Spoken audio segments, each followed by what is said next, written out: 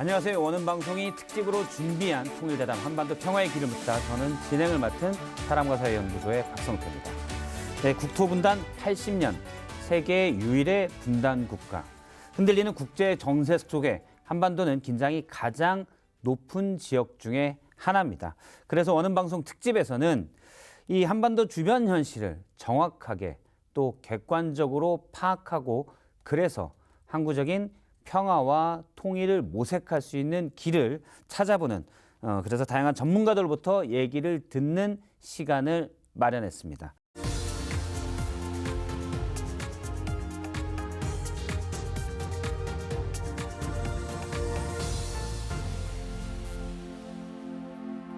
원음방송 특집 통일대담 한반도 평화의 길을 묻다.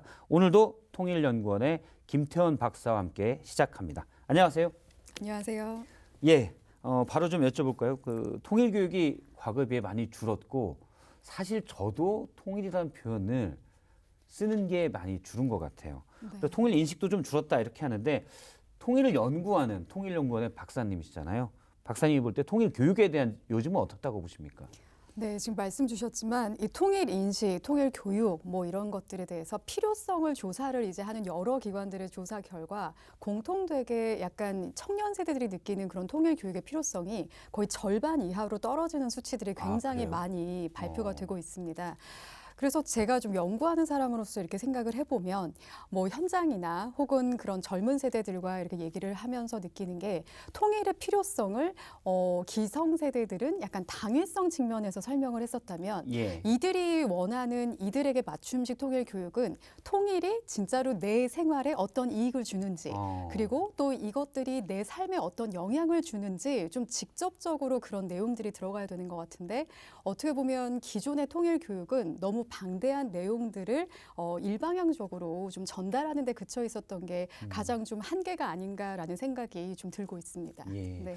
사실 저 때만 해도 갈라져 있다 우리가 한민족인데 그런 인식들이 강했는데 젊은 세대들 입장에서는 이미 떨어져 있는 게 기정사실이었기 때문에 네, 맞습니다. 그러면 다시 합친다는 게 나에게 무슨 의미가 있지? 네, 네. 이런 부분에 대해서 관심이 있다 이런 거군요. 네, 그래서 제가 좀 인상 깊었던 질문이 그런 통일 교육 얘기를 할 때 그 강의에서 전공들이 굉장히 다 다양했어요. 예. 근데 그 주제가 통일 이후에 본인들의 전공으로 어떤 직업을 갖고 어떤 영향을 미칠 수 있는지를 얘기하니까 학생들이 그 전에 뭐 통일의 필요성 이런 질문이 던져졌을 때보다 훨씬 좀 관심을 많이 갖고 예를 들어서 나중에 뭐 내가 북한에서 관광과 관련된 일을 하겠다. 예. 혹은 내가 이런 음식하는 걸 좋아하는데 나중에 북한에서 이런 창업을 하고 싶다. 내가 이 요리 자신인데 그렇죠. 북한에서 네. 음식점을 내면 잘 될까? 네. 이런 식으로 고민한다는 네. 거군요. 그래야 뭔가 그들이 생각할 때 아, 나랑도 상관이 있는 거구나, 통일이라는 게. 이런 게 좀 연결이 되지 않을까 싶습니다. 예, 좋은 지적인 것 같습니다. 사실 통일에 대한 관심은 좀 줄었지만 중요한 문제이기 때문에 네. 어떻게 될까? 또 주변 현실, 또 북한의 현실을 제대로 아는 게 중요한 것 같아서 원음방송에서 특집으로 준비하고 있습니다. 자, 김태원의 북리뷰 본격적으로 시작할까요? 박사님 오늘 준비한 북리뷰는 어떤 겁니까? 네, 오늘 북리뷰 두 가지 준비했는데요. 하나는 김영남 전 최고인민회의 상임위원 서거, 예. 그리고 두 번째로는 이제 노동당 창건 80주년 대집단 체조, 조선노동당 만세 이렇게 두 가지 소식 준비했습니다. 김영남 네. 최고인민회 상임위원장. 네. 뉴스에 워낙 많이 나왔어요. 얼마 워낙 전에 어떻게 보면 익숙한 이름이잖아요. 그렇죠. 네. 김정은 위원장 다음으로 익숙한 이름인데 얼마 전에 서거했습니다. 네. 사실 2018년 평창 동계올림픽 때 와서 당시 문재인 대통령을 만나기도 했죠. 네, 맞습니다. 김일성, 김정일, 김정은 이렇게 어떻게 보면은 3대에 걸쳐서 북한 외교를 상징하는 그런 정말 인물 그 자체로 이제 많이 알려져 있는데 정말 3대에 걸친 약간 뭐 일종의 뭐 충성의 화신이다 이렇게까지도 또 평가가 되더라고요. 그래서 또 한 가지 특이한 부분이 이 고위 간부라면 누구나 한 번쯤은 이제 좀 겪게 된다는 좌천이라든지 아니면 그런 뭐 혁명화 이런 거를 거치지 않은 인사로도 굉장히 유명해서 고위 간부들 늘 한 번씩 요즘 한 안 번쯤 보인다. 그런 위기가 있잖아요. 그렇죠. 그래서 숙청 요즘 났나? 이런 게 사라졌다. 있었는데. 그렇죠. 근데 그런 것들을 다 이제 피해간 예. 정말 그러니까 좀 남다른 그런 존재로 그런 상징적인 인물로 우리가 얘기를 하고 있고 또 이미 실장님께서 말씀 주신 것처럼 것처럼 남북 관계와의 인연도 굉장히 빠뜨릴 수 없겠죠. 예. 아무래도 가장 지금 최근에 우리가 일반적으로 생각하는 기억은 그 2018년에 평창 동계 올림픽 당시에 이제 북한 고위급 대표단을 이끌고 이제 문재인 당시 대통령을 이제 만나기도 했고 또 그 이전에 앞서서 김대중 전 대통령 그리고 이제 노무현 전 대통령과도 이제 면담을 해서 어떻게 보면 이 민주당 소속 대통령들이 이제 다 한 번씩 만났던 그런 좀 특별한 인연이 있는 경우고 이번에 그래서 저는 이제 좀 보면서 이제 더 느낌이 좀 달랐던 게 정동영 통일부 장관이 이제 조의를 표명했잖아요. 근데 그걸 보면서 뭐 우리가 일반적으로 얘기하는 그런 조문 외교 이런 것도 한 번쯤 생각해 볼 수도 있었음직한 그런 상징적인 인물인데도 지금의 남북 관계가 워낙에 좀 어려운 상황에 처해 있다 보니까 좀 이게 또 일종의 단절을 좀 보여주고 있는 그런 이슈로도 생각이 되는 그런 서거 이슈였습니다. 예, 박지원 의원이 내가 조문단으로 가겠다라고 했는데 네. 북측에서 답이 없었습니다. 그렇죠. 예, 두 번째 북리뷰 볼까요? 10월 10일이 북한 노동당 창건 80주년 네. 기념일이었습니다. 여기에서 무슨 뭐 대집단 체조가 있었다고 하는데 일단 조선 노동당은 우리의 그냥 당하고는 좀 다르죠. 그렇죠. 우리가 일반적으로 생각하는 그런 정당 이런 개념이랑은 좀 많이 다르다라고 예. 말씀을 말씀을 드릴 수가 있고 이 5년 만에 대집단 체조가 이제 있었던 건데 대집단 체조는 이름에서부터 풍기는 그 뉘앙스가 우리가 예상하듯이 체제 결속의 상징 그 자체죠. 그래서 일반적으로 뭐 대규모 군중을 동원해서 굉장히 일사불란하게 뭐 카드 섹션을 한다든지 아니면 체조나 춤 이런 것들을 보여주고 있는 건데 이 조선 노동당의 그 절대성과 예. 그런 정당성을 갖다가 이제 좀 선전하는 그런 자리였다라고 보이고 있고 이게 80년간의 노동당 역사를 얘기하기 위해서는 정당성이 기본이잖아요. 예. 그래서 그런 정당성 그리고 뭔가 이렇게 주민들의 그런 의지를 이렇게 돋우는 그런 걸로 이제 대집단 체조를 사용하고 있는데 뭐 내년에 9차 당대회도 이제 좀 앞두고 있고 그런 정치적인 분위기도 있을 것이고 이런 정치적인 기능이 워낙에 핵심이 되는 그런 대집단 체조이다 보니까 뭐 아무래도 체제 안정화나 대내 그런 위상 강화 측면에서 이런 걸 많이 활용하고 있는 것 같습니다. 알겠습니다. 지금까지 북한을 만나는 시간 김태훈 박사의 북리뷰였고요. 여러분은 지금 원음방송 특집 통일대담 한반도 평화의 길을 묻다를 듣고 계십니다.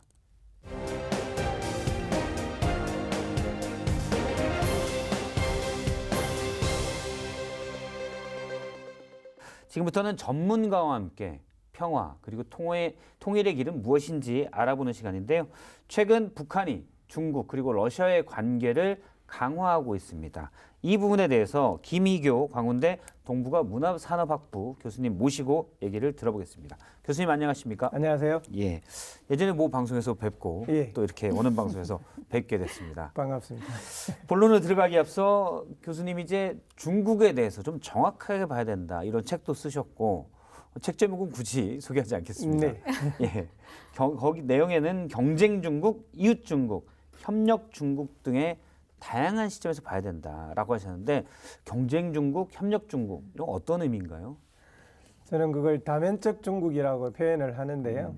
중국이 여러 가지 면모가 있는데 예를 들어서 이제 지금은 우리가 중국이 우리를 위협하고 경쟁하는 측면이 부각이 되어 있죠. 예. 근데 이제 그런 면모만 있는 것이 아니라 여전히 중국은 세계에서 가장 큰 시장이고요. 또한 우리의 이웃이고 우리의 한류를 가장 좋아하는 중국민들이 있는 곳이고 그래서 그것을 정체적으로 보아야만 우리가 중국을 상대할 수 있다라고 생각하는 겁니다. 예. 무턱대고 중국 싫어 또는 무턱대고 중국 좋아가 아니라 예. 한중 관계 또 우리 국가의 국익을 위해서는 정확하게 봐야 된다는 말씀이시군요. 그러니까 국가 간 관계에서 우리가 앞으로 주의해야 될 것은 감정으로 대하면 백전백패합니다. 감정을 걷어내고 냉철하게 보고 거기에 적합한 솔루션을 찾아야 된다고 봅니다. 예. 최근 경주에서 열린 한중 정상회담 시진핑 주석이 11년 만에 와서 이재명 대통령도 만났습니다. 한중 정상회담 어떻게 보셨습니까? 관심이 컸을 것 같은데. 이게 뭐 시종일관 눈을 떼지 않고 봤는데요. 예. 결과적으로 보면 회장 그 자체도 잘 됐고요. 이제 문제는 돌아가서 중국이 무슨 대응을 하느냐가 더 중요한데 예. 일단 지금까지 나온 대응으로 봐서는 아주 잘 진행되고 있습니다. 그중에 첫 번째는 이제 하나오션을 중국이 미국을 상대하기 위해서 제재를 했었는데 예. 그 제재를 1년간 유예를 했어요. 그건 실질적으로 풀었다는 것을 의미합니다. 그런 큰 성과가 있었고요. 그게 간단치 않은 것이 하나오션은 우리 핵 잠수함과 같이 관련이 되어 있는 문제예요. 예. 중국으로 풀어주기에는 굉장히 쉽지 않은 문제였습니다만은 정상회담 이후에 푼 거거든요. 그런 점에 있어서 큰 성과라고 볼 수 있고요. 예. 또 하나는 방송과 관련된 콘텐츠들을 교류하고 풀 준비들을 하고 있는 것 같습니다. 한한령이 해제되는 건가요? 그러니까 한한령이 중국에서는 없다라고 말하기 때문에 공식적으로 명령은 아니죠, 사실은. 그러니까 없다라고 말하기 때문에 그걸 일시적으로 지금부터 해제 그렇게 들어갈 리도 없고요. 이제 하나씩 뭔가가 시작될 것으로 보이는데 지금은 아마 중국 쪽에서는 영화나 드라마 같은 것을 시작해서 서서히 풀어나갈 계획인 것으로 보입니다. 예. 중국 문제는 이제 내일 또 저희가 모시니까 내일 네. 좀 더 자세히 들어보고 러시아, 오늘은 북한과 러시아의 연대 강화 이 부분을 좀 더 살펴보도록 하겠습니다. 지난해 푸틴 러시아 대통령이 북한을 방문했어요. 그리고 냉전 이후에 사실 북한과 러시아의 관계가 상당히 가까워졌다. 물론 푸틴도 급한 게 있고 김정은 위원장도 급한 게 있는 것으로 보이는데 교수님께서는 현재 두 나라의 관계를 어떻게 보고 계십니까? 한마디로 말하면 새롭게 동맹을 맺은 겁니다. 신동맹이라고 보는 게 맞고요. 우리에게 가장 관심이 가는 것은 두 가지인데 하나는 북한이 우크라이나 전쟁에 파병을 한 게 첫 번째고요. 그거보다 더 우리에게 결정적인 것은 이 동맹 관계에서 북한이 만약에 외부로부터 침략을 받으면 러시아가 적극적으로 개입하는 조항을 맺었어요. 예. 이게 사실 판을 뒤집는 결정적인 변수가 앞으로 될 것으로 보입니다. 북한이 핵 고도화나 또는 ICBM 가지고 미국을 보다 직접적으로 위협할 가능성이 커진다. 물론 이제 그럴 가능성이 없어야 되겠지만 그래서 미국에서 네. 만약에 북한의 핵시설이나 탄도미사일 시설을 폭격을 하려 한다. 만약 그렇게 되면 러시아가 자동 개입하게 되는 이런 거란 건가요? 그렇죠. 그러니까 지금까지 북한의 핵을 없애기 위해서 그냥 논리적으로 예. 검토했던 것이 경제적 제재를 통해서 북한을 압박하는 게 첫 번째 방법이었고요. 두 번째 이제 검토했던 게 군사적으로 선제 공격하는 방법이 있었고 세 번째는 뭐 북한 지도자들을 없애는 뭐 참수 이런 방법이 있었는데요. 예. 이번 그 조항으로 두 번째, 세 번째 방법은 훨씬 어려운 것으로 되어버렸죠. 미국이 북한에 직접적인 공격을 하거나 북한 지도자들을 없애는 방식을 쓰면 러시아가 가만히 있지 않겠다라고 명문화시켰으니까요. 지난주에 정세현 장관님 모셔서 얘기를 들었었는데 우리는 뭐 그럴 의도가 전혀 없기 때문에 생각을 안 했지만 한국의 경제력, 군사력이 훨씬 크기 때문에 북한은 거기에 대해서 약간 위협을 느끼고 있다라고 하셨는데 지금 러시아의 자동 개입 조항이 생긴다면은 북한으로서는 약간 다행이다. 뭐 또는 북한이 어떻게 보면 거기에 대한 방어책을 마련했다라고 평가할 수도 있겠군요. 든든한 지원군을 받은 거 아닌가요, 사실은? 그렇죠. 네. 그러니까 이제 우리는 스스로 북한을 공격할 의사가 없어 이런 것을 대부분 국민들이 믿고 있지만 북한의 입장에서는 세계 최고의 군사력을 가진 미국과 그것도 일본과 한국이 합쳐서 북한의 주위에서 훈련을 하고 항공모함이 들어오고 그리고 끊임없이 북한의 비핵화를 주장하고 있고 비핵화하지 않으면 이제 예상되는 순서들이 있기 때문에 북한은 늘 위협을 느끼고 있었는데 그런 점에 있어서는 이번 러시아와의 군사 동맹은 북한으로서는 절실하게 필요했던 거고요. 예. 지금은 그런 점에 있어서 굉장히 자신감을 가진 것 같습니다. 북한의 그런 자신감이 어떻게 보면 남북 관계 또는 한미 관계에서 더 나쁘게 작용할지 아니면 좀 좋게 작용할지 그건 앞으로 좀 더 봐야 될 것 같습니다. 지난해 11월부터 본격적으로 북한군이 러시아에 파병됐잖아요. 그 당시에 이제 뉴스가 많이 나와서 많은 분들이 알고는 있었는데 전체 파병 규모는 어느 정도였죠? 사실 뭐 전체 파병 규모는 미국과 우리나라에서는 10,000명 내외로 이야기를 하는데요. 정말 실제적인 숫자는 북한 아니고는 아무도 모를 겁니다. 그렇지만 그 정도 규모의 대규모 군대가 파견된 건 사실인 것 같아요. 당시에 전사자도 꽤 있다라는 뉴스가 나왔었는데 지금 러시아 우크라이나 전쟁은 끝나지는 않았잖아요. 네, 그러면 혹 추가 파병이 계속 되는지 제가 들은 뉴스로는 뭐 3, 4천 명이 전사했다는 얘기도 있었거든요. 우크라이나 전쟁이 지속되는 한 계속 파변되겠죠. 아, 러시아의 입장에서 북한과 군사 동맹을 맺은 이유는 첫 번째 목적은 아마 그것 때문이잖아요. 그렇다면 계속 지원을 요청을 할 테고요. 예. 러시아 자체는 지금 군대의 보충이 절실히 결핍되어 있기 때문에 북한은 큰 우군이 되는 거거든요. 그러면 우크라이나 전쟁이 지속되는 한은 계속 이루어질 거라고 판단하는 것이 합리적으로 보입니다. 예. 그 전사자도 많은데 북한 주민들이 이를 어찌 볼지도 좀 궁금합니다. 왜냐하면 뭐 10,000명 넘게 파병되고 수천 명이 목숨을 잃었다면 그런 소식을 접했을 거잖아요. 남의 나라에 가서 전쟁에서 저 집 아들이 목숨을 잃었다더라. 북한 내 반응은 어떨까요? 예상하지 못했던 일이 사실은 지난 9월에 있었는데요. 예. 김정은 위원장이 그 전사자들의 유해를 200여 구를 모아놓고 거기에서 그 가족들한테 속죄한다고 표현을 썼었어요. 거듭 속죄한다는 표현을 썼었고 그리고 펑펑 울기까지도 했습니다. 예. 그러니까 북한의 이 지도자들이 여지껏 한 번도 보여주지 못한 모습을 보여준 거거든요. 그걸 보면 어쨌든 전쟁에 참전한 것 자체가 북한이 즐거운 건 당연히 아니고 주민들도 이제 그 사실을 다 알고 있는 거고요. 예. 북한 정부는 주민들한테 지금 속죄를 하면서도 우리의 운명 때문에 어쩔 수 없이 이 일은 진행될 수밖에 없다라고 하고 설득하고 있는 것 같습니다.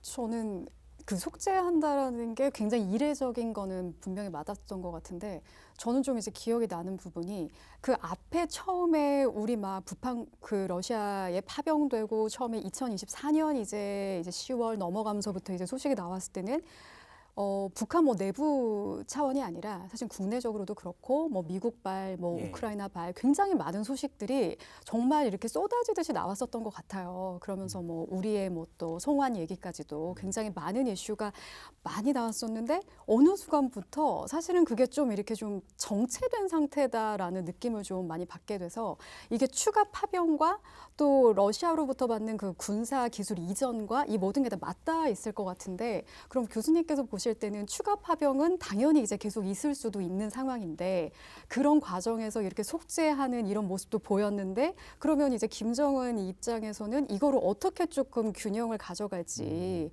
좀 전망이라고 하기는 좀 그렇고 어떻게 좀 보고 계세요? 그 러시아가 절실히 북한의 입장에서 편리한 것은 경제적인 목적이 첫 번째입니다. 특히 유엔 제재에 걸려 있기 때문에 석유를 원활하게 공급을 하는 것은 중국은 상당히 눈치를 보면서 공급을 하고 있거든요. 그럼 이제 러시아는 대놓고 공급하고 있기 때문에 북한의 생명줄을 러시아로부터 사실은 구하고 있는 거고요. 그리고 아마 참전에 대한 대가를 금전적으로도 상당량 받고 있는 것 같습니다. 예. 최근에 북한에 다녀온 분들 이야기를 들으면 평양이 옛날과는 완전히 다른 서구의 어느 국가라고 해도 이상치 않을 만큼 본황 거리로 발전이 되어 있다라고 그러면 하더라고요. 참전의 대가, 목숨값의 대가로 경제적 지원을 받아서 평양 경제가 약간 돈다는 말씀이시군요. 거기에다가 요즘 이제 20성 10이라고 네, 불리우는 지방 경제 활성화도 예. 현재로 봐서는 차질 없이 진행되고 있기 때문에 러시아로부터 숨통을 틔운 것을 북한의 내부 경제 활성화에 활용하고 있는 것 같습니다. 이제 그런 성과들이 나오기 때문에 어쨌든 우크라이나 전쟁이 지속되는 한은 파병을 계속할 것으로 저는 판단하고 있습니다. 일단 목숨값의 성과라는 게 약간 좀 그렇긴 한데 그리고 뭐 김정은 위원장이 눈물을 흘리면서 속죄를 했다. 사실 옛날 수령이라면 생각할 수 없는 거죠. 없는 건데 네. 어떻게 보면 그게 사실 그 정도까지 하지 않으면 주민을 달랠 수 없는 물론 시대도 변했지만 옛날과는 좀 다른 리더십 그런 것들을 보여주는 방증이 아닌가라는 생각도 좀 듭니다. 예, 그건 뭐 당연히 상호작용을 할 겁니다. 예. 북한 주민들도 더 이상 통제할 수 없는 외부의 정보들이 들어올 테고요. 예. 그리고 뭐 어떤 부모가 자기 자식이 남의 전쟁터에 가서 죽는데 그게 원통하지 않겠습니까? 그런 것을 달래지 않고서는 북한 체제를 끌어나가기가 장기적으로 보면 어렵겠죠. 그런 예. 점에 있어서 그런 제스처를 취할 필요가 내부적으로 있었다고 봅니다. 취할 수밖에 네, 없는 네, 현실, 네, 환경 그것도 예. 좀 우리가 변화됐다. 북한 내부가 네. 그것도 좀 자세히 들을 필요가 있을 것 같습니다. 우리나라가 이제 얼마 전에 그 한미 조인트 팩트 시트 여기에는 이제 미국으로부터 핵 연료 공급도 받아서 핵 추진 잠수함을 만들기로 이제 네. 합의가 됐습니다. 미국 네. 측에서 지원한다라고도 했고, 근데 북한이 러시아 파병 대가로 핵 추진 잠수함을 만든다. 얼마 전에 공개를 했었어요. 우리보다 물론 한참 전이긴 한데 실제 그러면 북한이 만들 수 있습니까?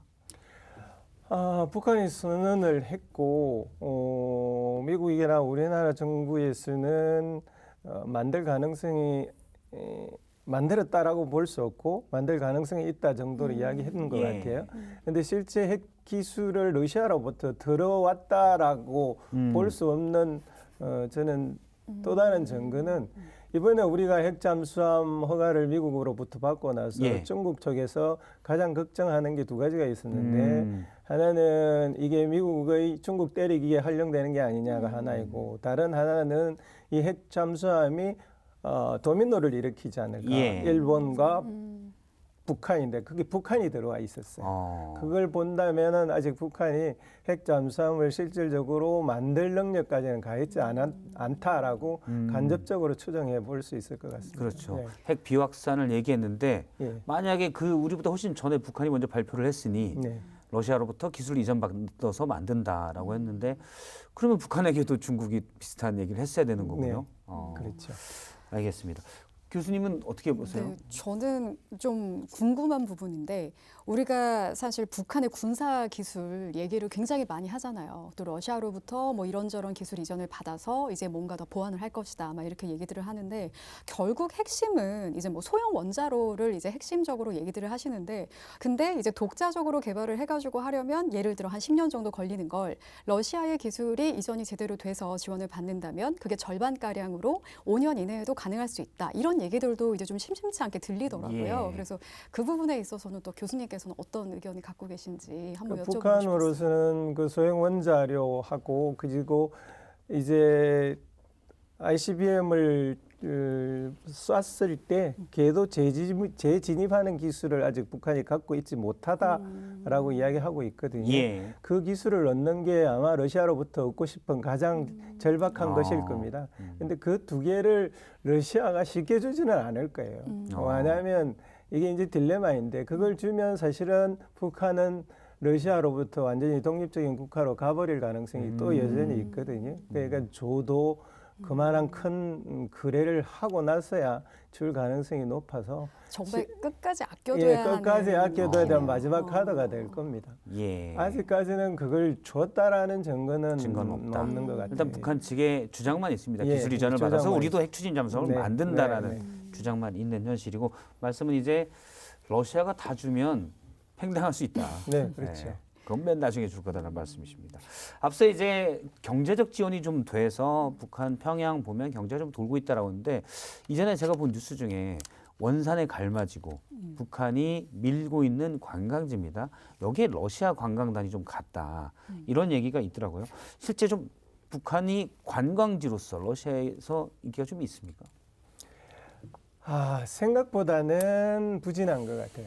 사실 러시아 관광객들은 대부분 유럽 관광객들, 유럽 관광에 길들여져 있는 사람들인데 그런 관광에 길들여져 있는 사람들이 북한에 가서 썩 만족할 그 무엇이 찾기는 쉽지가 않을 것 같고요. 거리도 멀고 예, 사실. 거리도 상당히 멀고요. 그리고 돈 있는 사람들은 다 유럽 쪽에 가까이 있어서 거기까지 오기에는 불편한 곳이죠. 그리고 거기 와서 북한만 딱 가고 가는 것도 그렇고요.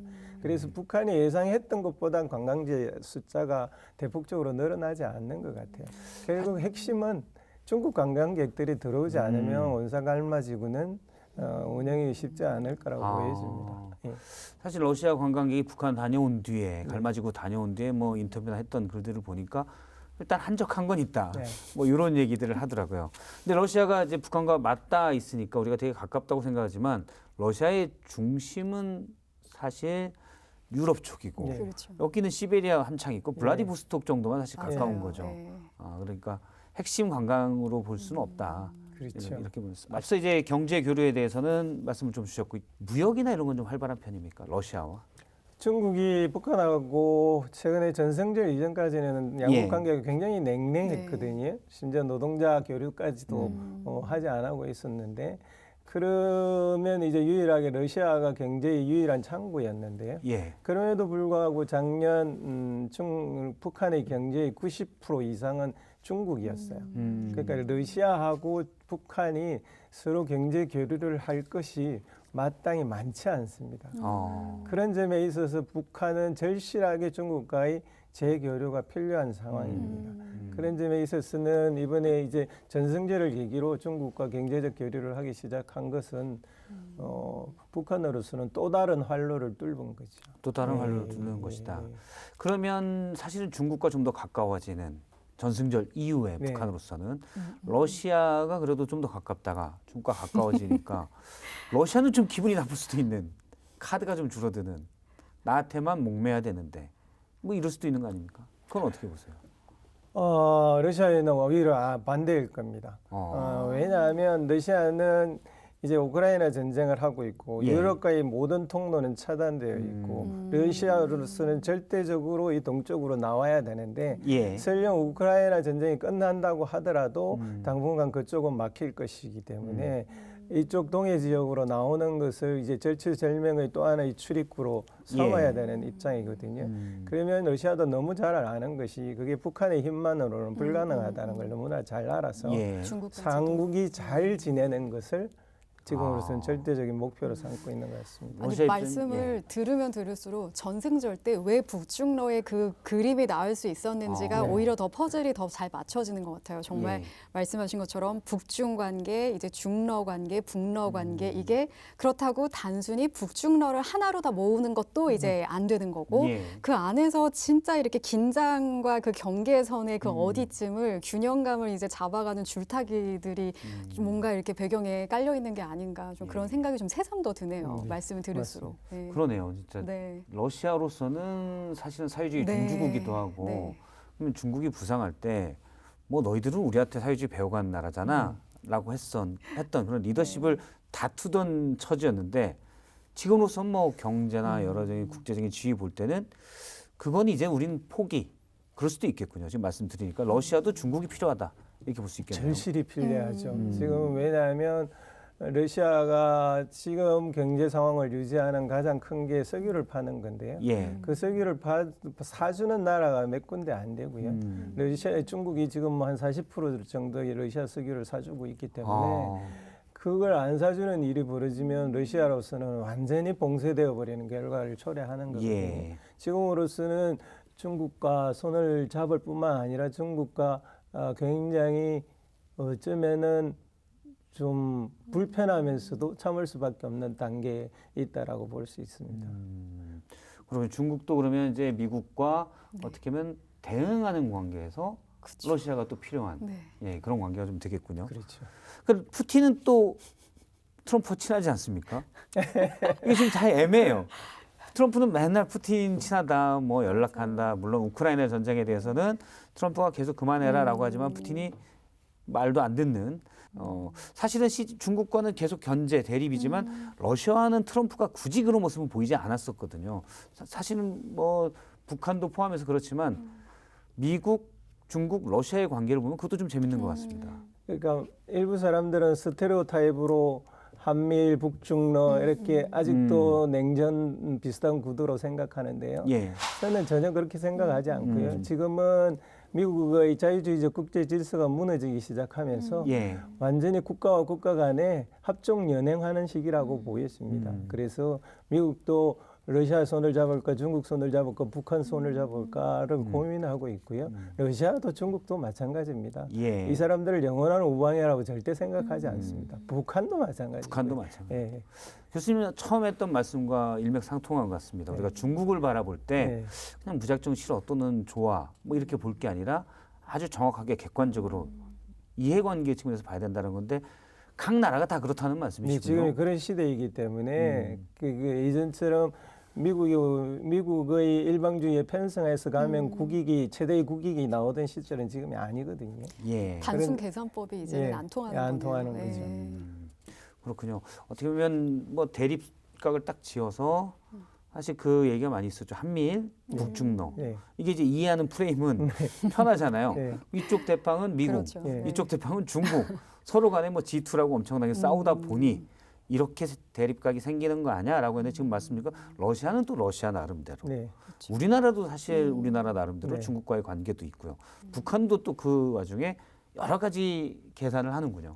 그러니까 뭐 대표적으로 중국하고 미국하고 지금 무역 전쟁 중입니다만 예. 그럼에도 불구하고 다카이치와 대만 문제로 중국과 충돌에 대해서 예. 미국 기자가 어떻게 봅니까 트럼프한테 물었더니 중국보다 동맹이 더 나빠 이런 대답으로 해버렸거든요. 그만큼 지금은 각자의 국가들이 자기의 실익 국익을 중심으로 철저하게 움직이고 있는 시대입니다. 사실 팀전이라고 볼 수는 없네요. 네, 팀전이 거의 없어져 버렸습니다. 오히려 예. 처음에 말씀해 주셨던 것처럼 정말 모든 국가가 다 각각의 행위자들이 이미 감정을 최대한 배제해서 다 실익 중심으로 움직이고 있는데 거기서 어설프게 이제 오히려 감정의 배제를 이제 덜하면 오히려 더 손해가 날 수도 있는 그런 되게 위험한 예. 형국이네요. 근데 저는 그러면서 좀 궁금했던 게 북한이 미국에게 이제 제재 관련해 가지고 이런저런 불만도 표출을 하는데 또 그런 거에 대한 좀 진짜 속내가 뭘까 늘 이런 거를 좀 보게 되더라고요. 이게 단순히 이제 협상력 카드로 이제 쓰려는 건지 뭔가 미국의 그런 대북 제재에 대해서 좀 불만을 표출하고 있는 좀 다른 의도가 또 있을까라는 좀 궁금증도 좀 그러니까 들었어요. 판이 바뀌었는데요. 이전까지는 대북 제재를 풀어줄 유일한 국가가 미국이었어요. 예. 그러니까 미국한테 어쨌든 협상을 하고 받을 걸 구걸해야 됐고 그런 입장이었는데 러시아하고 중국하고 다시 전혀 새로운 동맹 관계 그리고 양국 관계가 결성되면서 이제 유엔 제재가 유명무실해져 버렸어요. 그러니까 유엔 제재 때문에 받은 구걸했던 것을 더 이상 할 필요가 없는 상황이 되어 버렸거든요. 그러니까 이제 북한은 미국한테 원하는 거는 저는 하나라고 봅니다. 핵을 가진 국가를 인정하라 그러면 상대하겠다. 그게 거의 만들어졌고 옛날처럼 니네들한테 경제적 지원을 해줄 테니까 협상하자 이런 것은 저는 더 이상 통하지 않을 거라고 봅니다. 이제 유엔 제재는 아주 핵심적인 게 아닌 게 돼버렸다. 네. 알겠습니다. 그러면 트럼프 대통령이 계속 얘기하는 게 이제 내년 4월쯤에 중국에 가서 시진핑 주석과 미중 정상회담 그 즈음에서 북미 정상회담이 이뤄질 수 있다는 전망도 있습니다. 어떻게 보시는지? 가능성은 충분히 열려 있고요. 왜냐하면 각자의 이해관계들이 해야 되는 단계까지 와 있다라고 보여져요.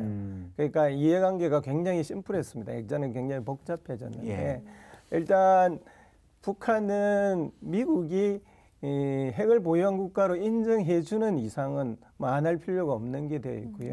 미국은 일단 미국의 제일 목표는 우크라이나 전쟁을 종식시키는 거거든요. 우크라이나 종식을 시키기 위해서는 북한을 러시아와 떼어넣는 게 절대적으로 필요해요. 그러려면 북한과 뭐라도 딜을 해서 거리를 완충작용을 시키는 것이 필요하고요. 중국은 그 삼국 사이에 분쟁 없이 안정적인 관계를 맺는 것이 제일 절대적으로 필요해요. 이런 상황에서 이제 변수는 미국이 뭐 실제적인 핵 국가를 인정하겠다라는 사인을 확실하게 북한한테 줄 수 있다면 내년 4월에 충분히 가능하다라고 보였습니다. 그러면은 사실은 트럼프가 그 얘기도 많이 합니다. 사실상의 핵 보유국이다라고 북한을 지칭하게 됐어요. 그리고 우리나라 정부에서도 사실은 실질적으로는 핵 보유국이다라고 얘기했고 다만 동결, 그다음에 교류 그리고 장기적인 뭐가 될 텐데 어쨌든 비핵화는 목표 지점이다 이런 식의 얘기를 많이 합니다. 핵 보유국 차이 인정을 해요 만약에 미국이 트럼프가 북한에 대해서 그럼 북한이 그 다음에 또는 미국이 그 다음에 요구할 거 그런 건 어떤 것들이 있을까요? 일단 동결일 것이고. 북한이 원하는 것은 핵 보유국이 된다면 이제 이른바 정상국가화 되려는 행보를 할 겁니다. 일단 다자주의 외교 무대에 적극적으로 참여를 해서 여지껏 고립되어 있었던 데에서 빠져나오려고 할 거고요. 그럼 북한이 원하던 이제 그들의 방식의 근대화로 가는 출발이 될 거고요. 미국으로서는 이제 미국 내부는 두 가지예요. 한반도를 여전히 긴장 상태로 두고 북한을 때리고 중국을 때리는 것이 자국의 이익에 유리하다고 보는 세력들이 있고요. 예. 또 한편으로는 이제 트럼프처럼 이게 안정을 짓고 여기에서 사업을 하고 비즈니스를 하는 게 우리한테 훨씬 더 유리하지 않겠느냐 이런 생각을 하는 사람들이 있어요. 그래서 트럼프 시기가 사실 이 동북아 평화에서는 절대적으로 중요한 시기라고 보는 것이 그래서 예. 그렇습니다. 미국이 언제 돌아갈지 모르니까요. 그런 측면에 있어서 트럼프는 적극적으로 북한을 원하는 카드를 지금 보여주고 있단 말입니다. 근데 이제 문제는 북한이 나와야 되는데 한편으로는 미국은 그런 카드를 우리도 마찬가지지만 보여주지만 또 한편은 다른 카드도 자꾸 그렇죠. 보여주고 있어요. 예. 뭐 G7에서 비핵화 계속 유지해야 된다라는 예. 선언을 하고요. 우리도 계속 그런 메시지를 내고 있고요. 군사 훈련을 계속 하고 있고요. 그러니까 북한으로서는 어느 장단에 맞춰야 되겠나라는 고민을 지금 하고 있을 것 같습니다. 트럼프는 또 한반도 평화가 되면 본인의 노벨상, 노벨 평화상 받는 게 한 발 가까워지기 예. 때문에 어떻게든 성과를 좀 내고 싶을 예, 거고. 노벨상 신도름. 내년이 지금 마지막 찬스라고 생각을 하고 있는 거잖아요, 예. 트럼프는. 네. 그러면은 사실상 정말 내년 4월이 정말 귀추가 주목되는 정말 좀 시기겠네요. 우리 정부도 그런 생각들을 하는 것 같아요. 뭐냐면 트럼프 1기 때도 그렇고 2기 네. 때 트럼프의 스타일 아니면 네. 물론 미국 내에서는 트럼프가 민주주의 문제가 많지만 트럼프 때가 아니면 한반도 어떤 평화나 변곡점을 만들기가 쉽지 않을 것 같다. 이런 생각들을 하는 것 같아요. 그 역사는 만들어가는 거니까요. 예. 4월 달에 그런 일이 생기도록 우리 정부도 적극적인 역할을 해야 될 것 같아요. 사실은 그런 점에 있어서는 윤석열 정부 시기가 굉장히 안타깝고 아쉬운데요. 예. 문재인 정부 때 하노이 회담까지 간 이유는 사실은 남한이 중간에서 예. 양국이 신뢰를 만드는 데 큰 역할을 했거든요. 근데 지금 단계에서는 우리가 아무것도 할 수 없는 단계가 되어버려 있어요. 그런 점에 있어서는 굉장히 아쉽죠. 남북 관계가 좀 경색돼 있었던 시기가. 지금 우리가 북한한테 어떤 채널도 없는 상황에 놓여 있는 것으로 보여지는데 있었다면 훨씬 더 북미 회담을 할 수 있는 증거다리로서 역할을 할 수 있었을 예. 것 같습니다. 지금 남은 기간이라도 그것을 회복할 방법을 찾아야 될 거라고 보여집니다. 만약 북미 정상회담을 하게 된다면 중국은 어떻게 봅니까? 많은 분들은 그 중국 별로 안 좋아할 거다라고 예. 생각을 하는데 약간 궁금해요. 저는 전혀 반대로 생각합니다. 중국은 지금 이대로가 제일 좋은 국가예요. 아, 우리를 더 바쁘다. 그게 아니라 중국은 지금까지 이 시스템, 이 체제 내에서 중국이 이루고 싶었던 걸 다 이루어가고 있지 않습니까? 예. 그래서 지금도 여전히 다자주의, 다극화, 자유무역을 주장하고 있단 말입니다. 그런 점에 있어서 그 시스템의 안정이 제일 중요하거든요. 예. 그러면 그 가장 가까이 있는 한반도의 안정은 절대적으로 필요하죠. 대만 해협 한반도의 안정. 한반도의 안정을 위해서 북한이 미국과 수교를 맺고 네. 그래서 국제사회에 일원으로 들어간다. 그러면 어떻게 보면 중국만의 어떤 북한에 대한 입김은 좀 줄어들 수가 있지만 영향력이. 중국은 그걸 개의치 않을 거란 말씀이신 거죠? 네, 그래서 북한이 소위 붕괴될 수 있는 가능성이 줄어들면 예. 그건 오히려 중국한테 이점이 되죠. 사실은 중국도 북한이 타의적이든 자의 내부적 문제든 붕괴되었을 때 일어날 닥쳐올 위기의 문제에 대해서 심각하게 고민을 하고 있거든요. 알겠습니다. 자, 지금까지 김희교 교수님으로부터 지금 계속 한반도 평화의 길 어떻게 할 건지 주변국들은 어떤 생각들을 하고 있는지 들어봤는데요. 이 특집 방송의 공식 질문입니다. 한반도 지속 가능한 평화를 위해 가장 중요한 건 뭐라고 교수님은 생각하십니까? 한반도가 더 이상 싸우지 않고 적대적 관계를 청산하는 평화 체제의 구축이 제일 중요하다고 생각합니다. 평화 체제의 구축. 그냥 좀 더 구체적으로 말씀해 주시면. 평화를 만들 수 있는 제도를 만드는 거죠. 예를 들면 뭐 다자 안보 시스템을 구축한다든지 예. 그리고 각국의 헌법을 수정을 해서 더 이상 주적인 것을 없애고 그게 이국가든 통일의 방식이든 어쨌든 더 이상 충돌하지 않아도 되는 구조적으로 안정된 시스템을 구축하는 게 중요하다고 보입니다. 알겠습니다. 지금 북한은 적대적 두 국가라고 규정했는데 그런 규정도 바꿀 수 있는 그런 네. 체제를 말씀하셨고 오늘 교수님과 쭉 얘기를 나누셨는데 한 말씀 해주신다면. 저도 뭐 지금 우리 대화 속에 등장했었던 그 정말 국가들이 진짜 중국, 러시아, 북한, 미국 거기에서 이게 정말 그냥 제3의 관점으로만 봤을 때는 그냥 이렇게 관망해도 되는데 거기에 핵심은 이제 한국이 들어가야 되는 거잖아요. 그래서 여러 가지가 결국 한반도 위협에 영향을 주는 건데 저는 처음에 인트로 때 말씀하셨던 이제 우리가 중국을 보는 시선이 경쟁, 이웃, 협력 정말 그렇게 다면적으로 접근해야 되는 것처럼 그 각 국가별로 우리의 입장에서 할 수 있는 실행 방안을 정말 복합적으로 어려운 방정식을 잘 풀어나가야 될 것 같다라는 좀 새삼스런 되게 무거운 깨달음을 좀 다시 한번 얻고 갑니다. 네, 알겠습니다. 감정적인 또는 정파적인 게 아니라 네, 네. 정말 실증적이고 객관적으로 바라봐야 된다라는 말씀이었습니다.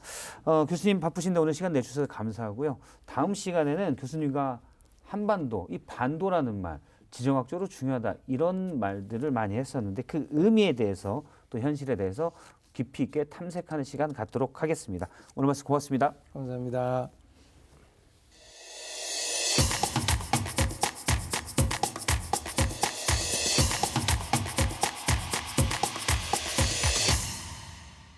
네, 원음 방송에서 특집으로 준비한 통일대담 한반도 평화의 길을 묻다. 우리는 탈북 및 약 3만 5천 명과 함께 지내고 있습니다. 분단의 시간 동안 사실 80년 꽤 길었기 때문에 뭐 억양, 표현, 정말로는 생활 문화까지 약간 차이가 있죠. 조금씩 느낄 수 있지만 같은 민족이라는 건 변함이 없습니다. 그래서 이번 시간에는 북한을 보다 더 제대로 알자. 그래서 제대로 아는 분을 모시고 얘기를 나눌 텐데요. 탈북민 웹툰 작가 전주홍님과 함께합니다. 자, 안녕하세요. 네, 반갑습니다. 예. 네. 뭐 이제 탈북해서 오신 지 꽤 됐지만 맞습니다. 사실은 문화 차이도 있고 네.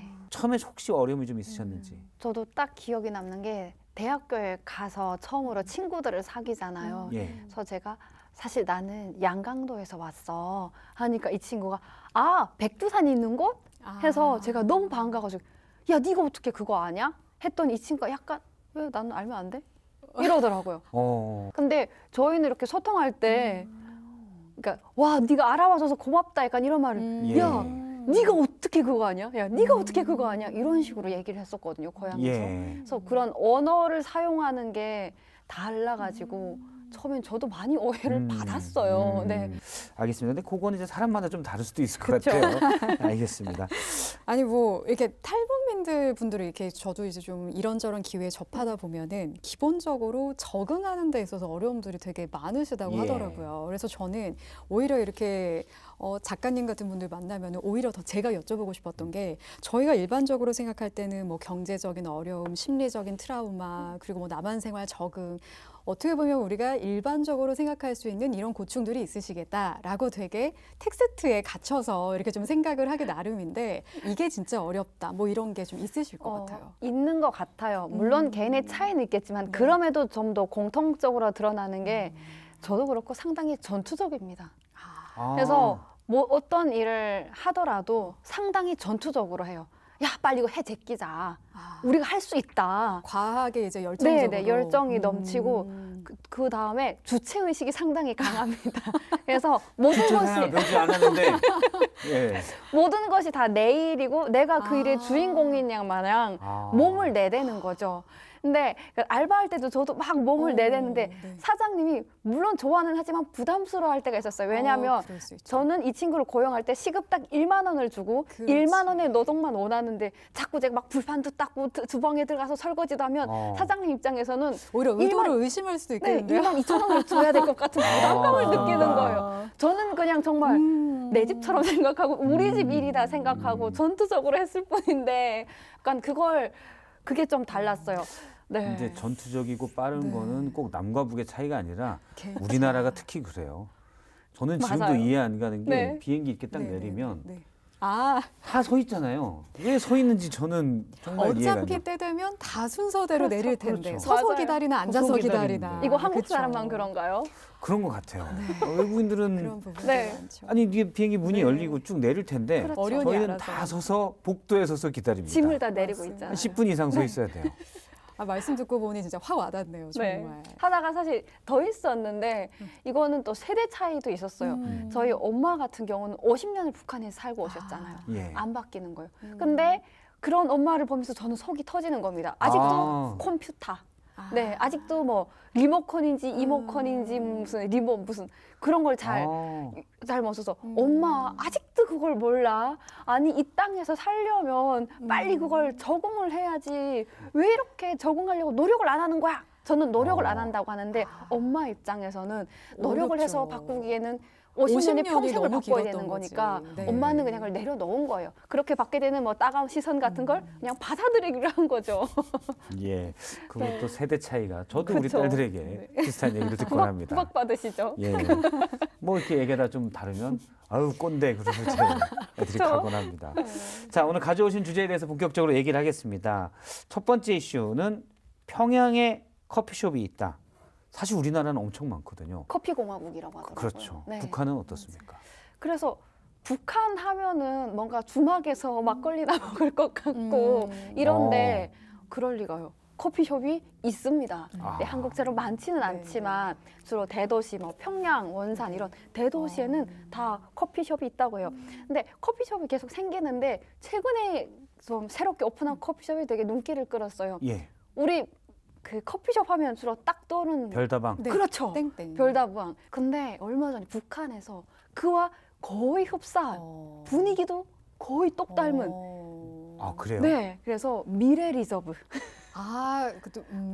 미래 리저브. 브랜드가 나온 거예요. 예. 그래서 저도 찾아봤습니다. 찾아보니까 관광객들이 가서 막 영상도 많이 올라오더라고요. 그래서 와 진짜 별다방 리저브 같다 예. 해서 봤는데 헉 하는 게 하나 있었습니다.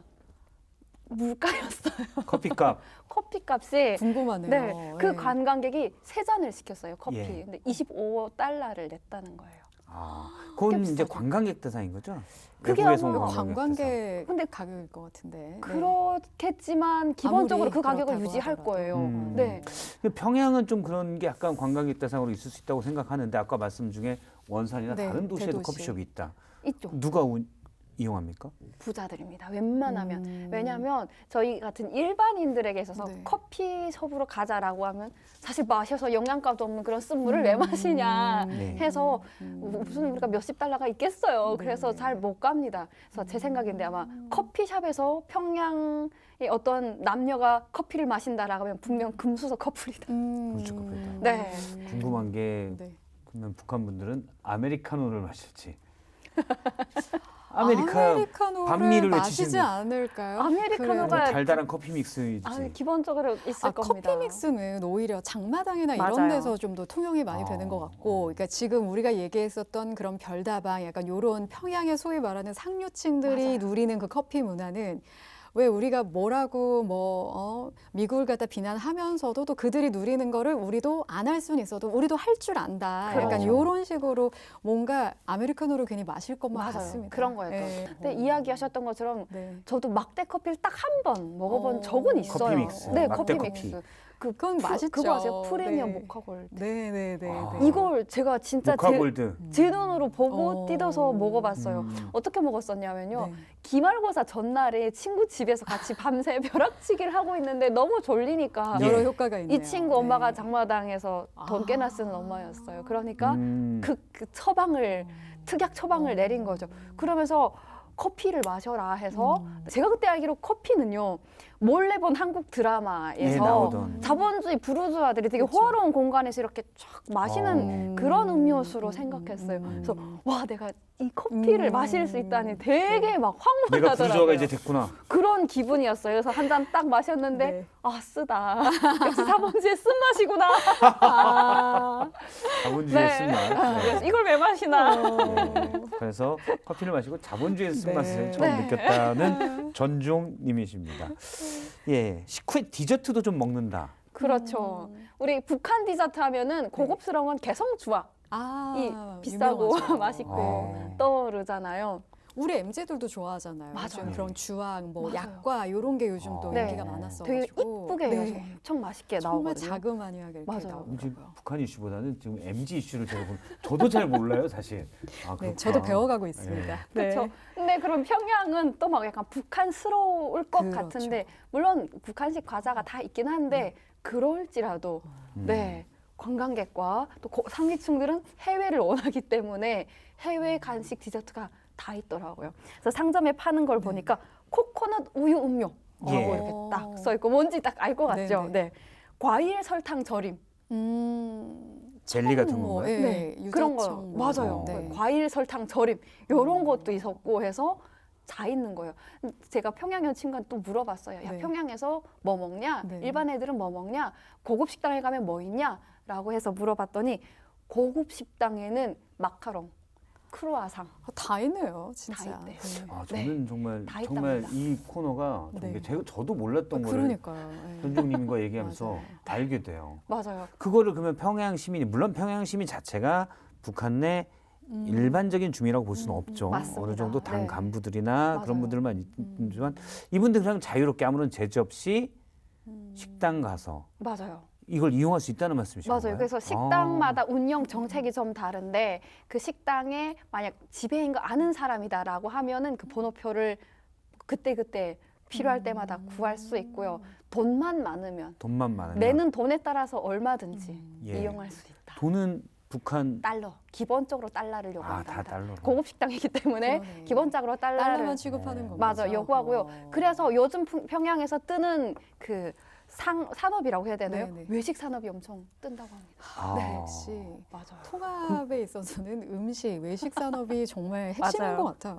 북한 진짜. 장마당이나 네. 평양 여기는 다 달러로 통용된다고 봐야 되나요? 달러를 뭐 기본적으로 달러. 절대적으로 네. 선호하죠. 그리고 예. 유로화. 예. 그 다음에 중국 돈. 네. 예. 네, 이렇게 합니다. 위안화도. 네. 알겠습니다. 다음 주제 두 번째는 요 얘기 가지고 오셨습니다. 북한에서도 스마트폰으로 게임을 즐긴다. 어때요? 할 것 같습니까? 하겠죠, 간단한 게임. 합니다. 그 북한의 이동통신사가 고려링크인데 고려링크 네, 들어봤어요. 가입자 수가 700만 명이 이미 넘었어요. 어. 주로 평양이나 돈 많은 사람들이 중심으로 가입이 돼 있고요. 그렇기 때문에 게임도 있습니다. 그래서 그 정보통신봉사소 같은 곳에 가서 우리처럼 온라인 게임을 바로바로 다운을 받는 게 아니라 거기 가서 게임 프로그램을 사요. 사서 아. 거기서 제 핸드폰에 넣어주는 겁니다. 그래서 보통 이제 핸드폰을 사면 3개, 4개 정도가 공짜로 기본으로 깔려 있다고 해요. 예. 그 외에 재미있는 걸 하는데 그래서 또 어떤 걸 주로 했냐 물어보니까 앵그리버드 게임 아세요? 앵그리버드. 아, 네. 중독성 있죠. 그리고 마리오. 예. 마리오. 그리고 그 외에 정말 재미있는 걸 했다. 아. 그리고 뭐 꼬리 잡기, 땡크전 제가 이런 하는 걸 게임보다 수준 높은 했다라는 게임들을 하고 있는데요. 저는 퍼즐밖에 안 하는데. 예. 네.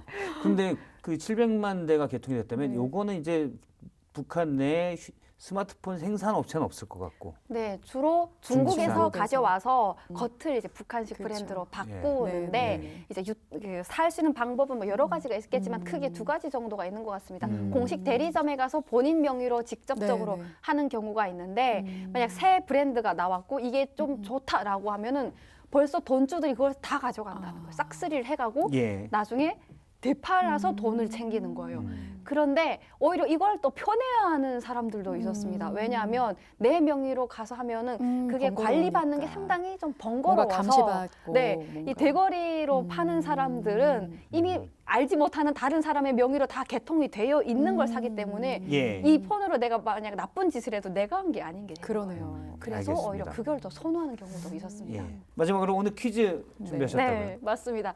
퀴즈 아까 게임 퀴즈 하나 드려보겠습니다. 네. 북한 주민들이 정말 많이 하는 게임인데 여기로서는 테트리스 게임이죠. 북한에서는 이거 뭐라고 할까요? 벽 깨트리기. 벽돌 깨기? 벽돌 깨는 게 아니죠. 이거 맞추는 아, 거니까. 그렇죠. 벽돌 쌓기? 뭐뭐 맞추기.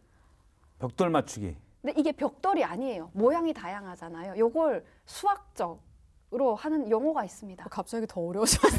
더 어려웠어요. 수학적 용어? 그러니까 기읒, 히읗.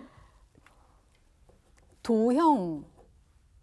아, 도형 그러니까요. 맞추기. 도형. 맞아요. 근데 도형 굉장히 정말 중립적인 표현이네요. 네. 도형 맞추기. 맞아요. 그래서 여러 가지 도형이 내려오는 걸 맞춰야 되니까. 그게 맞네요, 더 사실은. 네, 도형 맞추기네요. 이런 거는 좋은 것 같아요. 맞아요. 네, 확실히. 저도 네. 이제 다음부터 도형 맞추기라고 해야 되겠네요. 네, 도형 맞추기. 괜찮습니다. 네. 오늘도 전종님으로부터 북한의 현실, 실제 어떤지 저도 많이 배워가요. 많이 들었습니다. 다음 시간에 또 뵙도록 하겠습니다. 고맙습니다. 네, 감사합니다. 감사합니다. 네, 원음방송 특집 통일대담 한반도 평화의 길을 묻다. 오늘 순서는 여기까지입니다. 평화는 힘으로 이루어지지 않으며 오직 이해로 이루어진다. 랄프 월드 에머슨이라는 분이 한 얘기인데요. 그 이해를 위한 여정, 통일대담 한반도의 평화의 길을 묻다 다음 시간에 이어가겠습니다. 고맙습니다.